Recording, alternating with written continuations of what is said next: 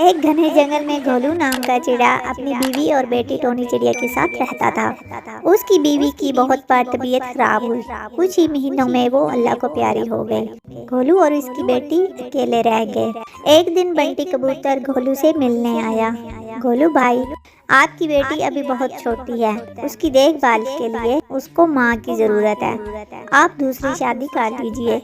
पर बंटी कबूतर, मुझे डर है सुतेली माँ मेरी बेटी के साथ बुरा सलूक ना करे। आप ऐसा मत सोचिए, मेरी नज़र में एक सीधी सादी चिड़िया है। अगर आप कहो तो मैं आपकी तरफ से बात चलाऊं। ठीक है कबूतर भाई, अगर आप चिड़िया से मुतमईन हैं तो मुझे कोई एतराज़ नहीं है। इस तरह घोलू की शादी रानी नाम की चिड़िया से हो गई। रानी चिड़िया घोलू के सामने तो टोनी को बहुत प्यार करती थी, पर जैसे ही घोलू काम पर चला जाता तो रानी टोनी से सारे घर के काम करवाती थी। टोनी, अब ये सारे बर्तन धोकर रखना है, वरना तुझे बहुत पीटूंगी और तुझे तेरे पापा से भी मार पड़वाऊंगी। मेरी माँ मुझसे कोई काम नहीं करवाती थी, आप मेरी माँ नहीं हो। मैं पापा से आपकी शिकायत करूंगी। इतना सुनकर रानी आग बबूला हो गई और टोनी को बुरा भला बोलने लगी। टोनी की पिटाई करने के बाद उसने उसे धमकी दी, अगर तुमने अपने पापा को शिकायत की तो कल और ज्यादा मारूंगी। रानी उसे खाना बनवाती और सफाइयाँ करवाती थी, पर जब टोनी का बाप घर पर होता वो बहुत प्यार से पेश आती थी। अरे टोनी बेटी, तुम्हें स्कूल के लिए पैसे चाहिए थे ना? टोनी के पापा, टोनी के स्कूल में फंक्शन है, इसे कुछ पैसे दे दीजिए। हमारी बेटी बहुत होशियार है, इसलिए इसकी टीचर ने इसको प्रोग्राम में हिस्सा लेने के लिए कहा है। हाँ क्यों नहीं, ये लो पैसे, 2000 रुपये हैं, बाकी के पैसे तुम रख लेना। रानी इसी तरह टोनी का नाम लगाकर घोलू से पैसे वसूल करती और एक दिन घोलू को टोनी की टीचर रास्ते में मिल गई। अरे घोलू जी, आपकी बेटी कई दिन से स्कूल नहीं आ रही, क्या बात है? क्या? पर उसकी माँ तो उसे रोज स्कूल भेजती है। अभी कल ही तो उस स्कूल के प्रोग्राम में हिस्सा लेने के लिए मुझसे पैसे भी लिए हैं, पर स्कूल में तो कोई प्रोग्राम नहीं है। पता नहीं टोनी को क्या हो गया है। वो पहले तो बहुत पढ़ाई में थी, लेकिन अब उसका पढ़ाई से दिल ही भर गया है।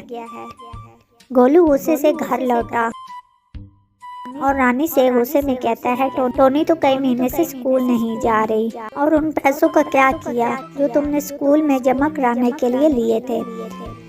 पापा, माँ मुझसे घर के सारे काम करवाती है और स्कूल ही नहीं जाने देती, मुझे रोज मारती है। वो तो ये बात है, इस तरह तुम मेरी बेटी का ध्यान रख रही हो। आज अगर मैं स्कूल की टीचर से नहीं मिलता तो शायद मुझे हकीकत पता ही ना चलती। चल निकल जा मेरे घर से अभी के अभी। गोलू का गुस्सा देखकर रानी चिड़िया रोने लगी। मुझे माफ कर दीजिए, अब मैं कभी इस पर हाथ नहीं उठाऊंगी, पर मुझे घर से ना निकालिए। ठीक है, मैं तुम्हें माफ करता हूँ, लेकिन आज के बाद मेरी बेटी पर कभी हाथ मत उठाना। गोलू के डर से रानी चिड़िया टोनी से अच्छा बर्ताव करने लगी और कुछ दिन बाद उसका बेटा हुआ। नए बच्चे के आने से सब बहुत खुश थे, पर टोनी की किस्मत में दुख ही लिखे थे। गोलू की तबीयत अचानक खराब हुई और वो भी चल बसा। अब टोनी पूरी तरह से अकेली रह गई थी। रानी चिड़िया अपने बेटे से बहुत प्यार करती और टोनी पर बहुत जुल्म करती थी। कुछ महीनों बाद रानी का बेटा बड़ा हो गया तो वो शराब पीने लगा।